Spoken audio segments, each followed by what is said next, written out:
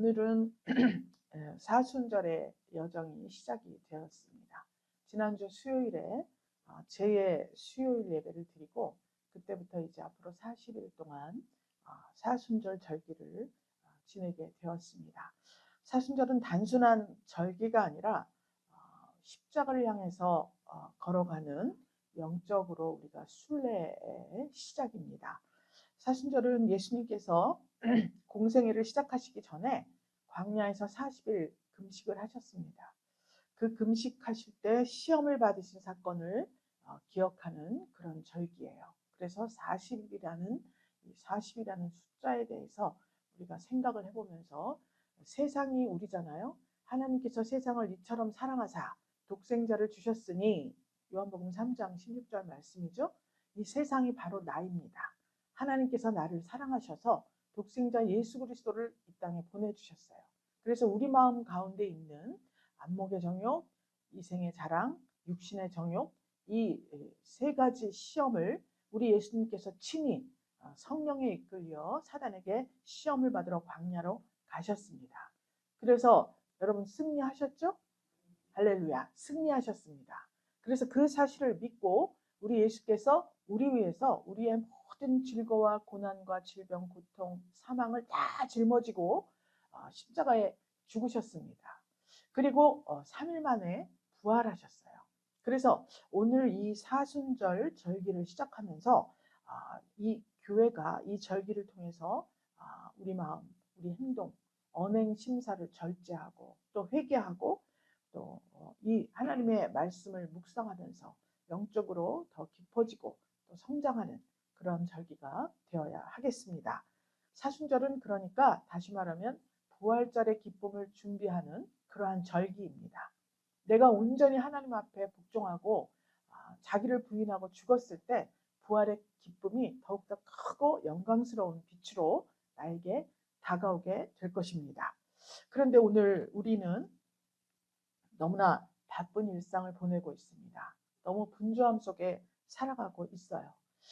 정보는 너무나 많습니다. 하나님에 대해서, 예수님에 대해서, 성령 하나님에 대해서, 또 교회에 대해서, 신앙에 대해서 정보가 너무나 넘칩니다. 그러나 우리가 묵상은 너무 부족하다. 그 정보를 우리가 습득하고 그것을 묵상하면서 내 것을 만들고 그 정보에 의한 것, 내가 지식이 쌓였으면 그 지식이 주 안에서 나에게 새로운 지식으로 변화가 되어야 합니다. 그런데 묵상이 부족하니까 그저 이제 듣고 보는 그것들이에요. 그래서 대화의 내용이 주로 유튜브에서 본 이야기들을 막 주고받고 있습니다.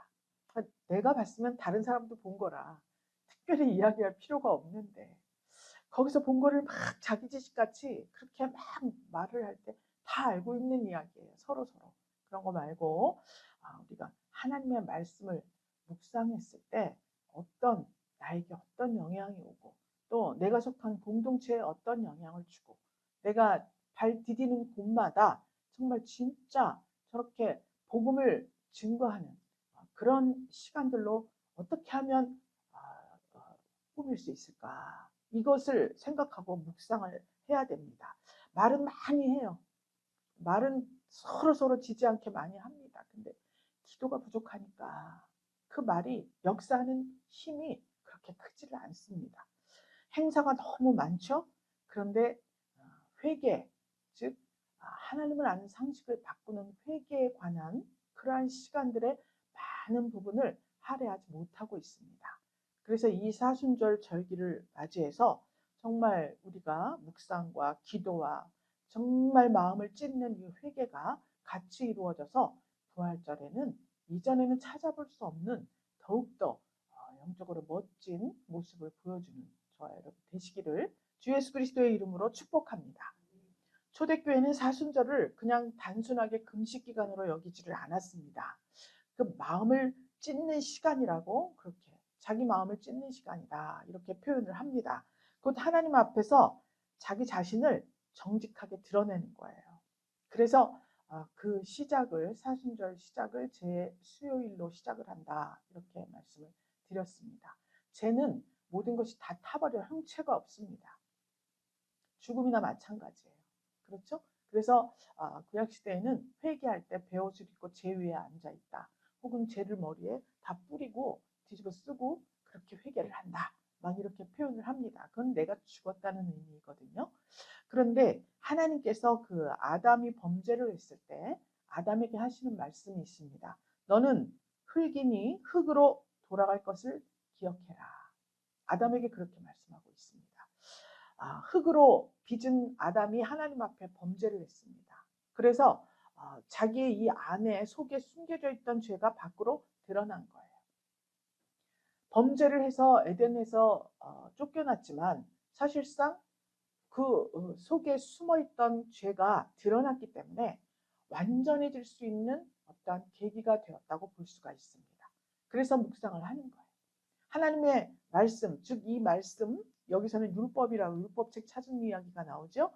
이 말씀은 거울과 같다 그랬습니다. 우리는 죄인이 아닌 줄 알고 살았습니다. 그런데 성경을 보니까 하나님의 율례와 규례와 법도가 기록이 되어 있는 거예요. 거기에 비추어 보니까 이런 것도 죄구나 내가. 게다가 신약에 오니까 예수님께서 성령의 법을 말씀하시는 거예요. 그래서 마음까지도 마음으로 생각만 해도 마음에 품기만 해도 그것이 죄다. 이렇게 말씀을 하시니 살 길이 없습니다. 우리가. 행동으로 옮기지 않아도 천번 만번 온갖 죄를 다 짓고 사는 게 우리 인생입니다. 그렇기 때문에 그 모든 것들 하나님 말씀 앞에 드러나는 나, 또 성령에 의해서 드러나는 나의 마음, 이런 것들을 다 찢어서 성령에 불러 싹 태워가지고 하나님 앞에 깨끗함을 회복하는, 그래서 정말 너는 흙이니 흙으로 돌아갈 것을 기억하라 이렇게 말씀했기 때문에 우리가 죽을 때 가져갈 게 아무것도 없습니다. 그냥 항아리 속에 담아 있어요. 지금 낙골당에 가보니까 태워가지고 또 어느 분은 또 바다에다 그냥 뿌려버리고 말았습니다. 형체도 없어요. 이렇게 흙으로 돌아갈 것을 우리가 기억한다면 이 세상에 그렇게 큰 미련을 두지 아니하고 하나님 말씀대로 실천하면서 살 수가 있습니다. 그래서 오늘 이 인간의 참 이 유한함, 한계, 하나님이 우리에게 한계, 즉 유한한 시간을 주신 거예요. 우리 몸이 살아있을 때 정말 너무너무나 건강해도 100세예요. 요즘은 이제 거의 90세 이상 되시는데 90세 이상 되셔도 제대로 거동을 못 하시고 좀 이런 분들이 많이 계셔요. 그래서 일단 장례가 났다 이렇게 소천하는 소식이 들려오면 거의 90이 넘으시더라고요. 그러니까 아무리 길어도 100살, 100년이에요. 건강이 아무리 좋아도. 이런 유한한 시간에 하나님의 크신 은혜를 생각하면서 자기를 부인하고 십자가를 지고 따라가는 이런 경건한 그러한 시간들로 우리가 채워야 될 것입니다. 그래서 오늘 이 본문에 우리 요시야 왕 이야기를 하고 있습니다. 34장 전체적으로 보면 요시야 왕 그러면 종교 개혁을 했다 그랬습니다. 요시야 왕이 8살에 즉위를 했습니다. 그런데 즉위한 지 12년, 즉 20살에 우상 제거 운동을 했어요. 그래서 우상을 다 때려부시고 다 태우고 했죠. 그리고 8절부터 13절까지 보면 퇴락한 하나님 전 수리를 위해서 준비를 하고 성전 수리를 시작하는 장면이 나옵니다. 그러니까 외적으로 우상을 다 없애버리고 또 보이는 성전을 다 청소하고 수리하고 이렇게 하고 있습니다. 오늘 우리가 읽은 본문에서는 마음을 찢는 거예요. 율법책을 발견한 거예요. 그래서 그 발견된 율법책을 낭독하면서 막 깊이 회개를 하고 맨 마지막 절에 가서는 하나님과의 언약을 갱신하는 장면이 나옵니다. 그래서 이 사순절 기간 동안에 여러분께서 다시 이 34장을 잘 묵상하시면서 우리가 외적으로 내적으로 하나님 앞에 진정한 회개를 이루어서 하나님께서 우리에게 맺어주신 언약, 이 언약을 다시 한번 갱신하는, 즉 새 창조의 역사가 일어나는 그러한 절기로 우리가 지내야 되겠습니다. 오늘 이 14절에 보니까 무리가 여호와의 전에 연부한 돈을 꺼낼 때 제사장 hil기야가 모세에 전한 율법책을 발견하고 이렇게 기록이 되어 있습니다. 하나님의 말씀을 발견하게 된 거예요. 그러면 지금 이 수리할 때 퇴락한 전 수리를 위해 준비하고 할 때가 주기 18년 만이에요. 그러면 8살에 주기를 해가지고 12살에 우상을 다 제거하고 성전 계획을 세우고 그런 후에 주기 18년이니까 26살이 되던 해예요. 그러면 그동안에 우상을 다 제거하고 성전을 수리하고 했지 않습니까? 그런데 그동안에 율법책이 없었다는 거예요. 여기에 나오는 율법책은 하나님의 율례와 규례와 법도 계명을 적은 그러한 책이기 때문에 학자들이 신명기라고 그렇게 추정을 하고 있습니다. 그런데 그 율법책이 없는 거예요. 그냥 없는 걸 당연하게 여기고 그렇게 몇 년이요? 18년 동안 그렇게 지낸 거예요. 그러면서 할 일을 다 했어. 우상도 제거하고. 성전은 있었는데 하나님 말씀은 없었는데 제사는 다 진행되고 제사장도 있고 다 있었던 거예요. 그러니까 말씀을 발견하고 보니 하나님의 말씀을 여태까지 내가 잃어버리고 있었다는 사실을 깨달았겠죠? 이게 하나님 말씀이 없이 살았구나. 원래 여기 하나님 말씀이 있는 거였구나. 이걸 인제서 알았다는 거예요. 얼마나 참 난감했겠습니까? 그래서 하나님 말씀을 성전 안에서 잃어버려 버린 거예요. 아무도 찾는 사람이 없었어요. 그런데 그만 성전을 수리하게 되니까 그 수리할 때 그 책을 찾게 됐죠. 그렇기 때문에 우리가 때때로 절기를 지키고 또 때때로 기도하는 기간을 갖고 이럴 때 다시 한번 하나님의 이 말씀을 묵상하고 하나님의 말씀이 내 삶 속에 깊숙이 들어오는 그러한 계기로 삼아야 된다는 것을 오늘 이 말씀에서 교훈하고 있습니다. 요시야 이전 왕의 므낫세하고 아몬이 극심한 우상 숭배자들이었죠. 아주 굉장히 악독한 왕들이라고 악행을 일삼았다고 그렇게 말씀하고 있습니다. 사실 신명기 31장에 보면 모세가 율법을 기록하고서 언약궤 옆에 꼭 두도록 해라 이렇게 명령을 했습니다. 그런데 오늘 여기는 언약궤가 아니라 헌금, 연보한 돈을 꺼낼 때 거기에서 율법책을 발견했다 그랬죠. 그러니까 그 언약궤 앞에 두어야 하는데 그것이 헌금 연보궤 옆에서 발견이 된 거예요. 그러니까 그동안에 옮겨졌겠죠.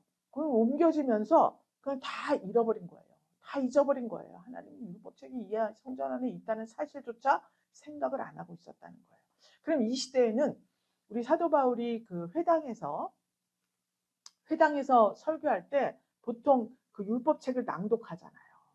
구약에는 그랬습니다. 그래서 영화 같은 데 보면 두루마리를 들고 이제 지금으로 말하면 목사님이에요. 쫙 제사장이 나옵니다. 그래서 두루마리를 펴서 이사야 말씀을 주로 낭독을 했어요. 그래서 그걸 싹 읽고 그 다음에 덮고서 이제 이렇게 말을 하고 뭐 여러 가지 하는 거예요. 그게 이제 예배 순서였습니다. 그런데 그 율법 책이 없으니까 어떻게 했는지 그게 참 궁금합니다. 그러니까 정말 그 율법 책이 없는 상태를 그냥 당연하게 여기고 여태까지 살았다는 거예요. 신명기 17장 19절에는 분명히 말씀하고 있습니다. 모세가 율법책을 기록했죠. 그리고 나서 왕이 된 자는 사본을 만들어서 평생 곁에다 두고 읽어서 하나님 경외하기를 배우고 이 율법의 모든 말과 이 모든 규례를 지켜 행할 것이라고 명령을 했습니다. 그러니까 왕은 사본을 만들어서 자기 옆에 두고 항상 읽으라 그랬어요. 이게 이제 왕의 교육 방법입니다. 이거를 꼭 해야 되는데 책이 없으니까 이것을 하나님 경외하기를 배우지 못했어요. 그래서 이 므낫세, 아몬 또 악행을 일삼는 왕들이 있었지 않습니까? 그들이 그래서 그렇게 악행을 막 마음대로 일삼았구나. 보이는 게 없는 거 보이는 게. 율법책이 없으니까 보이는 게 없는 거예요. 여러분들 성경책 없이 살 수 있어요, 요즘? 성경책 없이 살 수가 없어요. 성경책 새로 하나씩 다 드렸는데 성경책이 그냥 밤색 성경책이 하얗게 돼버렸어. 얼마나 그 성경책을 읽고 꼭 갖고 다니고 이렇게 했는지 성경책이 너덜너덜해지도록 그렇게 우리는 꼭 필요하지 않습니까? 그런데 수많은 세월 동안 이 율법책이 없이 살았다는 거예요. 그래서 우리가 여기에서 생각할 것은 지금 우리는 다 책은 들고 다닙니다. 책은 다 들고 다녀요. 그런데 지금 오늘 이 왕이 옷을 찢었다는 것과 같이 우리 마음을 찢는 그런 회개가 없으면 성경책을 아무리 너덜너덜하게 될 때까지 들고 다니고 읽고 또 해도 깨닫는 바가 없으면 소용이 없다는 것을 지금 말씀하고 있는 거예요. 그래서 이 사회가 발전하기 위해서는 영적인 부흥이 먼저 꼭 선행이 되어야 한다 그랬습니다. 우리 대한민국이 전쟁 후에 얼마나 비참한 삶을 살았습니까? 정말 옛날 드라마들 보면 정말 보기에도 너무나 안타깝고 안쓰럽고 이런 세대를 살았습니다. 그때 하나님의 복음이 이 나라에 들어와서 정말 성령 부흥 대운동이 일어나가지고요. 그래서 이 나라 경제가 발전이 되고 지금까지 많은 사람들이 산에서 들에서 굴에서 그렇게 기도해서 이 대한민국이 지금 경제 발전을 이루어가지고요. 정말 굉장히 이 전 세계에서도 알아주는 여러 가지 방면의 그런 산업들이 있습니다. 그런데 정말 지금 우리가 해야 할 일이 무엇이냐? 네가 잘났다, 내가 잘났다, 누가 잘못이다, 어쨌다 이거 따지기 전에 다시 한번 그 시대와 같이 하나님의 말씀을 묵상하고 그 말씀을 깨달아서 그 말씀을 깨달은 말씀을 가지고 나의 부족함을 하나님께 아뢰면서 우리가 정말 이 죄악을 떨쳐버리게 해달라고 기도하는 이러한 시간들이 이러한 시간들을 가질 때 이 나라는 다시 안정을 찾고 여러 가지고 뭐 헛소문도 많고 뜬소문도 많습니다. 대한민국이 이대로 가다가는 어떻게 된다 좋더라고 말하는 데가 거의 없던 것 같아요. 그러니 대통령 탓도 아니고 국민들 탓도 아니고 아무 탓도 아닙니다. 전적으로 예수 믿는 우리들의 탓입니다. 우리 한 사람 한 사람이 하나님 앞에서 이렇게 요시아와 같이 하나님의 말씀을 대하는 태도를 경건하고 하나님을 경외하며 하나님 말씀 묵상과 그 깨달음을 우리의 삶의 신조로 여기고 산다면 하나님께서 다시 한번 이 나라를 아무도 건드릴 수 없는 그 부국, 아주 강국으로 만들어 주실 것이며 이렇게 다른 모든 전 세계에 군림하는 그러한 강국이 아니라 돕고 나누고 그 모든 것들을 서로 사랑으로 이렇게 감싸 하나 되게 할 수 있는 진정한 하나님이 보실 때 진정한 그러한 강대국으로 다시 한번 만들어 주실 것을 저는 믿습니다. 우리 함께 꼭 기도해야 하겠습니다. 그래서 지금 이 말씀을 발견하게 되었는데 율법은 읽지 않았고 말씀은 가르치지도 않고 어디 있는지도 모르는 지경에 있었습니다. 마치 사무엘상 3장 1절에 보면 엘리 제사장이 좋지 않은 제사장이었죠. 그래서 두 아들들의 교육도 엉망진창이었고 그때 사무엘이 성전에서 자라고 있었습니다. 그런데 그때 사무엘상 3장 1절에 보면 여호와의 말씀이 희귀하여서 이상이 흔히 보이지 않던 때다. 이렇게 말씀하고 있습니다. 그러니까 하나님의 말씀이 희귀하다는 거예요. 말씀이 없이 성전이 유지되고 있었다는 거죠. 그때 사무엘을 부르지 않습니까? 하나님 사무엘아 사무엘아 무슨 소리야? 그러니까 얼른 알아듣지를 못했습니다. 말씀이 희귀해지면 영적으로 암흑기가 오게 되어 있습니다. 그래서 이 엘리 제사장이 너무나 미련한 제사장이었습니다. 그래서 급기야는 나중에 의자에 앉아 있다가 넘어지면서 목이 부러져서 죽지 않습니까? 그러니까 말씀을 잃어버리면 하나님과의 언약을 잃어버리게 되는 거예요. 그래서 이 말씀이 희귀해서 이상이 보이지 않는 이 시기가 만약에 나에게 있다면 답답하기 짝이 없고 무슨 일이 될 듯 하면서 안 되고 다 된 일도 끄트머리 가서 엎어지고 참 이 답답하기 짝이 없는 이러한 상황이 내 앞에 펼쳐진다고 하면 혹시 내가 하나님의 말씀이 없이 지금 그냥 그 습관적인 기도와 습관적인 예배 생활로 지금 내가 이 신앙을 이루어가고 있는 것은 진행해가고 있는 것은 아닌가 이것에 대해서 우리가 다시 한번 점검을 해 보아야 합니다. 그때 16절 이렇게 보면 서기관 사반이 왕 앞에서 율법책을 낭독하는 장면이 나옵니다. 말씀이 발견되는 것으로 끝나지 않았어요. 읽혀질 때 역사가 나타납니다. 귀에 들리고 마음에 새겨질 때 그것이 능력이 되는 거예요. 그래서 말씀을 경청한 이 왕이 자기 옷을 찢는 장면이 나타나고 있습니다. 로마서 10장 17절에는 믿음은 들음에서 나며 들음은 그리스도의 말씀으로 말미암는다. 이렇게 기록이 되어 있습니다. 너무 우리가 많이 들은 말씀인데 믿음이 들음에서 난다. 이거는 여러분 다 알고 있었죠? 들음은 그리스도의 말씀으로 말미암는다. 이렇게 말씀하고 있습니다. 듣기는 듣는데 그리스도의 말씀이 없어요. 그리스도는 뭐죠? 성령이 열어 보여주신 말씀이에요. 그리스도의 말씀은.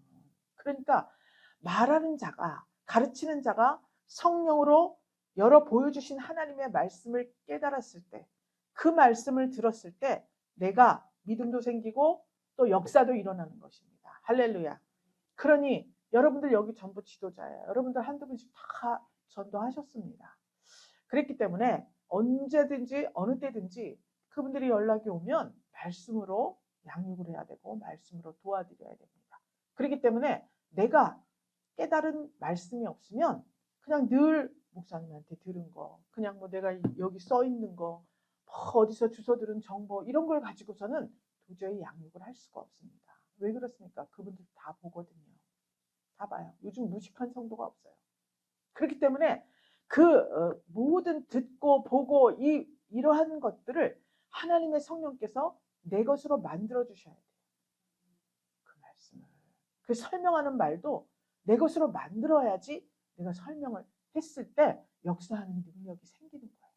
그렇기 때문에 이제부터 우리가 복음을 전하지만 온 천하에 다니면서 만민에게 복음을 전파하지만 이 세상에 복음은 넘쳐 흐르고 있습니다. 그러면 우리가 전할 복음은 무엇인가? 내가 깨달은 말씀이에요. 내가 깨달은 말씀. 그리고 내가 체험한 증거입니다. 그것들이 있어야 하나님 앞에서 우리 성도의 의무와 또 성도의 권리도 있습니다. 성도의 의무를 다할 때 하나님께서는 권리를 주셔요. 권세도 주십니다. 또 권위도 주십니다. 은사도 주십니다. 능력도 주십니다. 그러니 우리가 행복할 수밖에 없죠. 하나님으로 사니까. 예수의 이름으로 살게 되는 것 아니겠습니까? 나에게 없는 능력이 나타나고 나에게 없는 은사가 나타나고 나에게 없는, 아니 내가 아무리 말해도 여러분 우리 애도 말을 안 듣고 우리 남편도 우리 부인도 내 말을 안 들어요. 그런데 생판남입니다. 자기가 일해서 자기가 벌어서 자기가 먹고 사는 사람이에요. 나하고 상관이 없는 사람이에요. 내가 도와준 적도 없는 사람이에요. 그런데 그 사람이 내가 하는 말을 듣고 믿음을 가지고 예수님이 나의 구주시구나 깨닫는다는 게 그게 나로부터 나온 게 아니거든요. 그렇죠? 누가 내 말을 듣습니까? 안 들어요. 31살 먹도록 키워놨어요. 은솔이 자매님을. 엄마 말 잘 안 듣습니다. 안 들어요? 응? 그렇죠? 우리 박국자 성도님께서 우리 신스키 집사님을 한 50년 정도 키웠습니다. 그죠? 함께 했으니까 키운 거예요. 부모님이 계시니까. 그런데 시마다 때마다 일마다 그렇게 어머님 마음에 쏙쏙 들게 행동하는 것은 약 한 30%?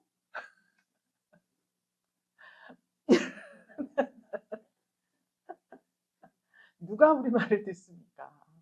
안 듣습니다. 밥 한 그릇 사준다고 교회 쫓아옵니까? 그게 아니에요. 밥 한 그릇 같이 먹으면서 무슨 이야기를 나누었는가? 그것이 중요한 거예요.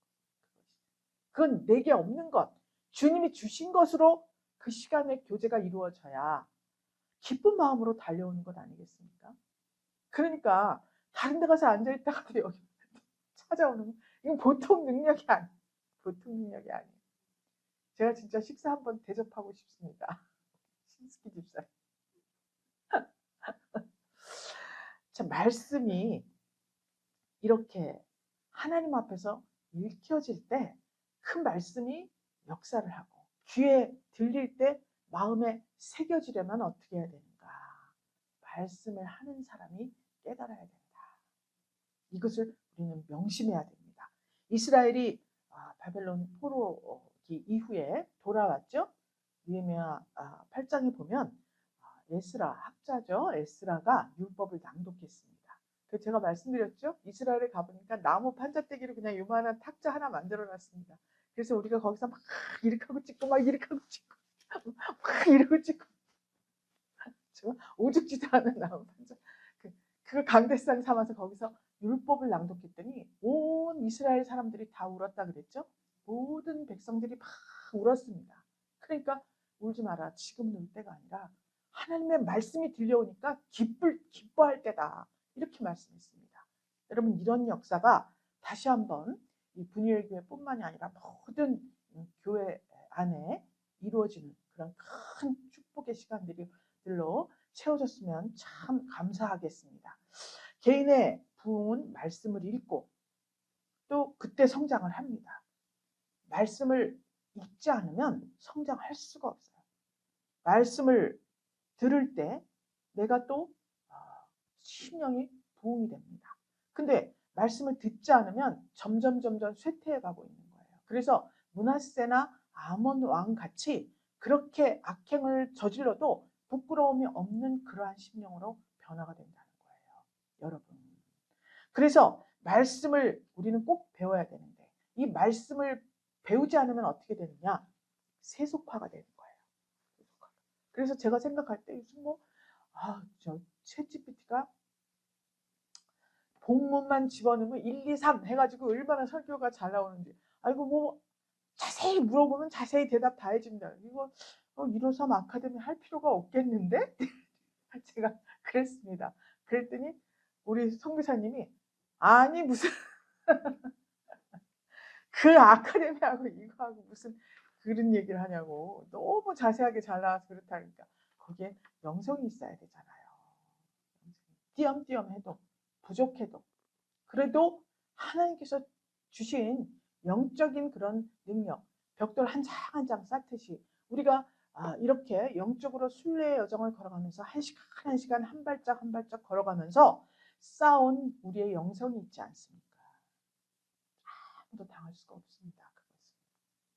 그렇기 때문에 이렇게 부단한 노력이 우리에게는 필요하다고 그렇게 말씀하고 있습니다. 아모스 8장 11절부터 13절 말씀을 제가 한번 읽어드릴 테니까 한번 잘 들어보세요.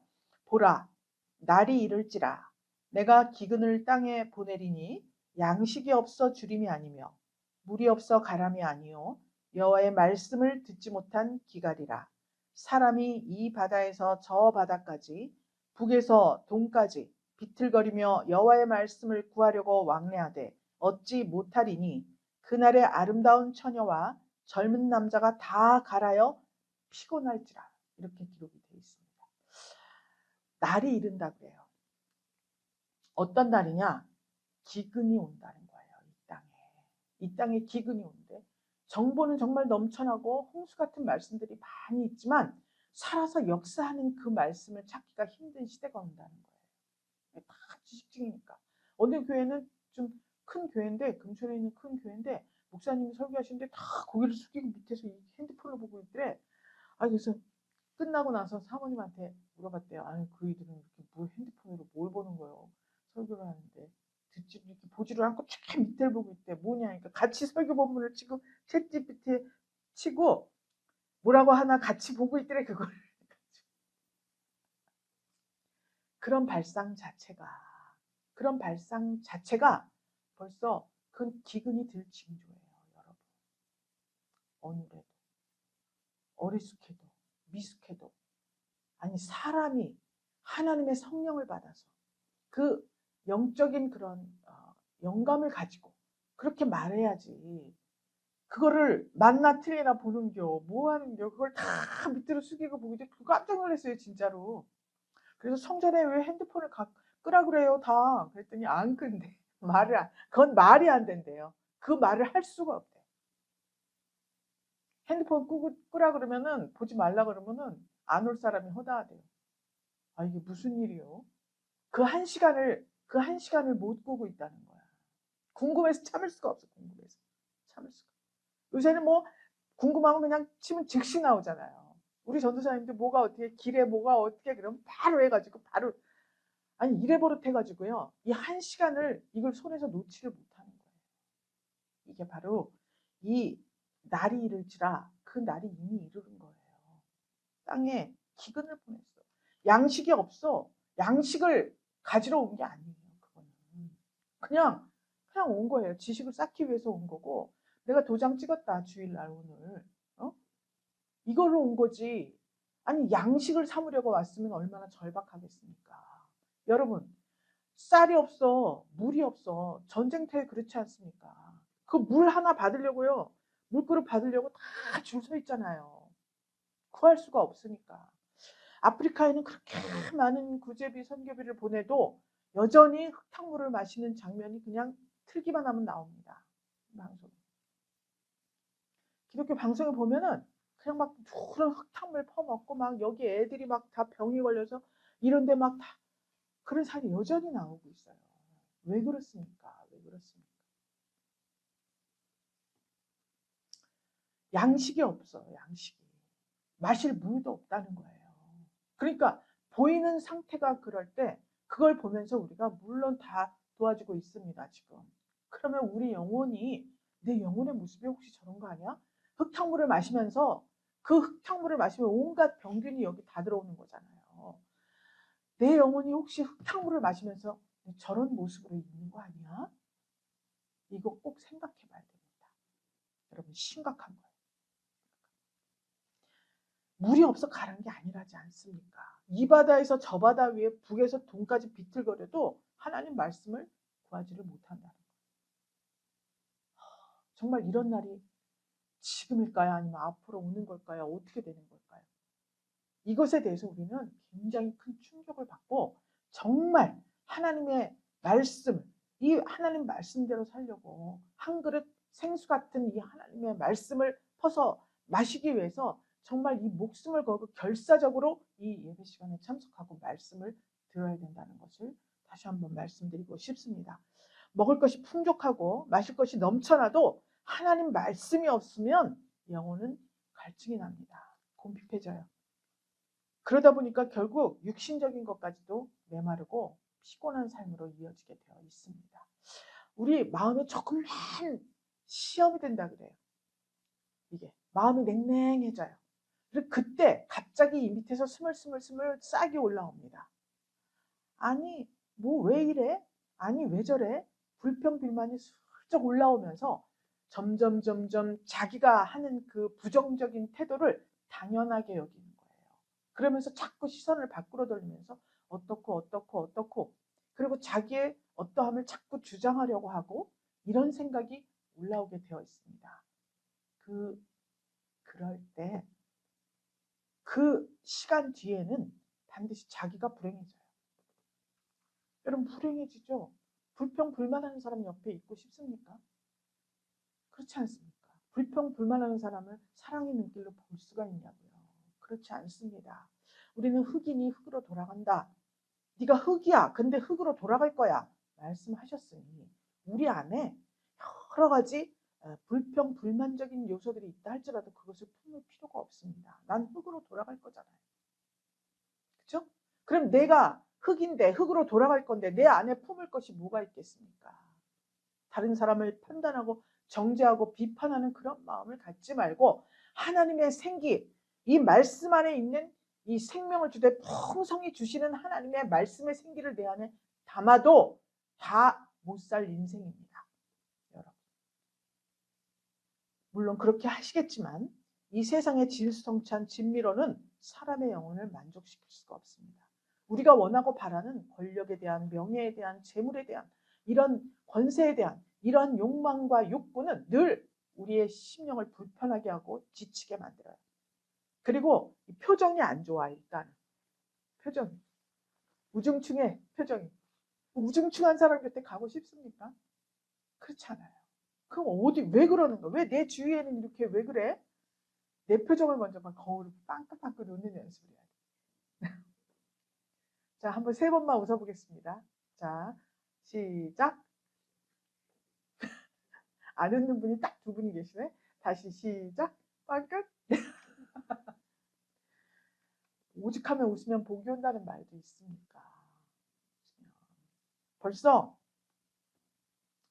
이 영혼이 하나님의 말씀을 잃어버리고 하나님의 근본을 잃어버리고 내가 흙이라는 것을 망각하고 이 말씀 없이 살면 마음이 벌써 평안하지 않아요.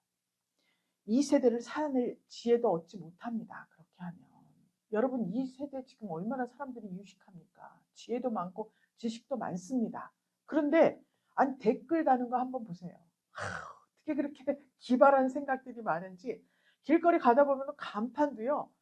정말 아주 발상이 기가 막힙니다. 이 간판 제목이. 이런 세상인데 어떻게 이 세상에 우리가 병들지 않고 실망하지 않고 실패하지 않고 살아갈 수가 있겠어요? 하나님께서 지혜를 주셔야 살 수 있는 것입니다. 하나님께서 능력을 주셔야 우리가 살 수가 있어요. 그러니까 참된 영적 부흥, 참된 신앙 부흥, 이런 모든 것들이 결국은 무엇이냐? 하나님의 말씀을 기뻐하고 즐거워하고 그 말씀을 전적으로 영접하고 그 말씀에 나를 부인하고 말씀이 가르치는 방향으로 나아갈 때 우리는 행복한 삶을 살 수가 있습니다. 그리고 내가 원하고 꿈꾸는 거, 이 모든 것들을 다 이룰 수가 있습니다. 정말 제가 감사한 거는요. 어렸을 때부터 지금까지 한번 보거나 만져보거나 그림책에서 지도책에서 봤다거나 텔레비전에서 봤다거나 뭐 이런 어느 사이에 제가 다 만져보고 서보고 가져보고 재벌은 아닌데 하나님이 재벌이시잖아요. 하나님이 부자시잖아요. 하나님 능치 못한 일이 없어요. 하나님이 보여주면 보여주는 거고요. 갖다 놓으면 갖다 놓는 거예요. 신기한 일입니다. 누구에게 어떤 말을 이렇게 들었어요. 그래서 그런 것도 있구나 했는데 세월이 지나서 비록 노령이지만 거기에 참여를 하는 이런 큰 일들이 종종 일어나곤 하더라고요. 여러분. 그러니까 하나님께서는 우리에게 소원과 소망과 기대를 갖지 말라고 하시는 말씀이 절대로 없습니다. 다 가지라고 해요. 비전을 가져라. 소망을 가져라. 기대해라. 다 하고 있습니다. 문제가 뭐냐. 이것들이 실제로 내 눈앞에서 이루어지기 위해서는 말씀 앞에 무릎을 꿇어라. 그리고 우리 마음을 찢으라고 말하고 있습니다. 옷은 찢은 거예요, 여러분. 옷 찢어갖고 다 나온 거예요. 겉옷은 성도에 오른 행실이잖아요. 그거 벌써 내 누더기 옷 다 벌써 찢어버리고 여러분 옷을 입었습니다. 성도의 옷을. 그러니까 교회 생활을 하고 있잖아요. 그런데 이 안에서도 이제는 내 마음을 찢는 시간을 가져야 된다. 그래서 이번 사순절에는 내 마음을 정말 진짜 꼭 찢어서 이 마음의 할례를 받고 마음 가죽을 베라고 말하고 있지 않습니까? 이 율법은 정죄 기능을 해서 죄를 드러낸다고 했습니다. 이제 내 죄를 깨닫고 죄를 깨달은 후에 21절 우리가 말씀을 읽었는데 요시야 왕이 말하고 있습니다. 여호와께서 우리에게 쏟으신 진노가 크도다. 이렇게 말하고 있습니다. 그래서 너희는 나와 가서 이스라엘 유다 남은 자를 위해서 이 책에 발견된 책 말씀에 대해서 여호와께 물어라. 자, 본인이 보니까 이 책에 기록된 걸 준행치 아니해서 여호와께서 우리에게 쏟으신 진노가 크도다. 깨달은 거예요. 이 말씀을 몰라서 우리가 막 살았더니 하나님께서 이렇게 진노하셨구나. 이 말을 지금 하고 있는 것입니다. 여러분 깨달으면 뭐합니까? 입술로 고백을 해야죠. 잘못했으면 잘못했다고 고백을 해야 됩니다. 그렇지 않습니까? 용서를 받았으면 용서해 주셔서 감사하다고 고백을 해야 됩니다. 그래서 이 요시야 왕이 이렇게 고백을 했습니다. 요시야는 변명하지 않았어요. 합리화하지도 않았습니다. 핑계도 되지 않았어요. 이 즉시 하나님 앞에 회개를 했습니다. 듣자마자 회개를 했어요. 이게 보통 일이 아닙니다. 예. 젊은 청년이잖아요. 20살, 26살밖에 안 됐어요. 근데 이 나라에 큰 일을 행했습니다. 우상 다 때려부시고 성전 수리하고 그랬는데 이제는 조금 우쭐해질 만도 한데 하나님 말씀을 듣자마자 옷을 찢고 마음을 찢고 회개를 하는 거예요. 여러분 우리가 본받아야겠죠? 지금 26살짜리도 이렇게 회개를 하는데 하나님 앞에 갈 날 얼마 안 남은 우리가 회개 안 하고 버팅기면 어떻게 하겠다는 거예요? 예? 이 사순절 기간에 하나님의 말씀을 더욱더 가까이 하고 이 말씀 때문에 마음을 찢는 회개와 애통으로 시간을 우리가 우리가 소중히 여겨서 잃어버린 영육간의 모든 보화들을 회복하는 사순절 기간, 또 부활절 되시기를 주 예수 그리스도의 이름으로 축복합니다. 하나님 감사드립니다. 하나님께서 우리 요시야 왕의 기사를 통하여서 우리에게 이 사순절 기간에 진정한 회개와 애통으로 마음을 찢으라는 말씀을 우리가 받았습니다.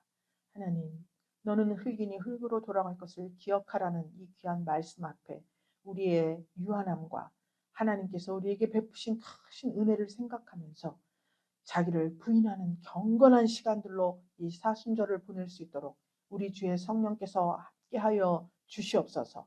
말씀이 발견되자 나라의 운명이 바뀌어버린 이 34장의 말씀처럼 하나님의 말씀이 우리 안에서 잃어버려지고 잊혀진 그러한 말씀, 이 말씀을 다시 발견하여서 나의 운명을 바꾸고 교회의 운명을 바꾸고 이 나라와 이 민족 세계와 모든 민족 땅끝까지 하나님의 복음을 만민에게 증거하는 사랑하는 분이엘 성도들이 다 될 수 있도록 우리 하나님의 성령께서 함께하여 주시옵소서. 축복하며 살아계신 예수 그리스도 이름으로 기도 올리옵나이다. 아멘.